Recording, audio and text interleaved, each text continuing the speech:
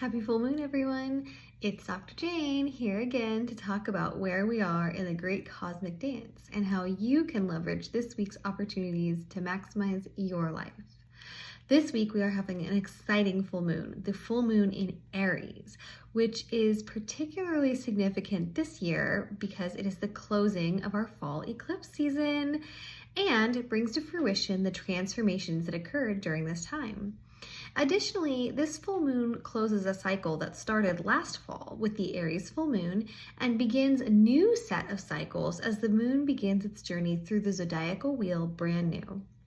But this year, the Aries full moon is particularly exciting due to the simultaneous placement of Mars and the planetary interactions going on there.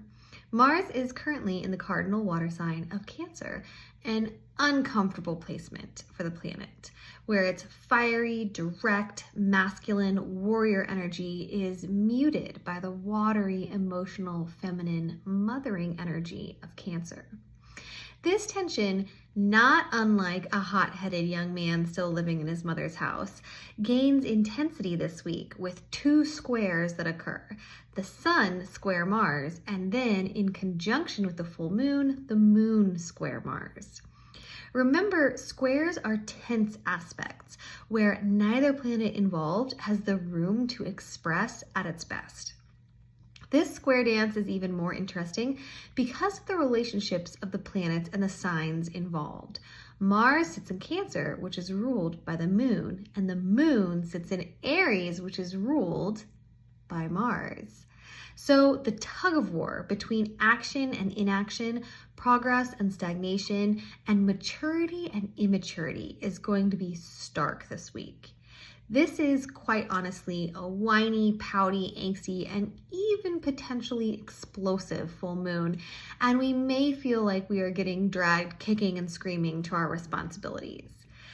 There's a lot of potential for big feelings and high reactivity if we don't know how to manage this energy. And my number one advice to you is do the thing. What thing? Oh, I bet you know. Whatever that thing is, the one you've been avoiding, the one that requires adulting with a capital A, that thing, do it. Stop putting it off. It is, for example, amusingly aligned that the U.S. tax extension deadline for filing taxes falls this week. But whatever it is, we all have something we have been avoiding doing, and this week is the ideal energetic climate to just do it. The antidote to the energy of this full moon is constructive action. The longer Mars sits in inaction, the worse the tension is going to get, and the more likely it is that the energy will burst out somewhere where you do not want it going. So get out ahead of it, bite the bullet, and get it done, and you will feel a lot better that you did. However, don't forget to honor your effort and reward yourself for your victory. Simply pushing yourself to constant productivity will not work out this moon either. Find the balance between progress and play, discipline and distraction, and you will come through this full moon feeling on top of your game.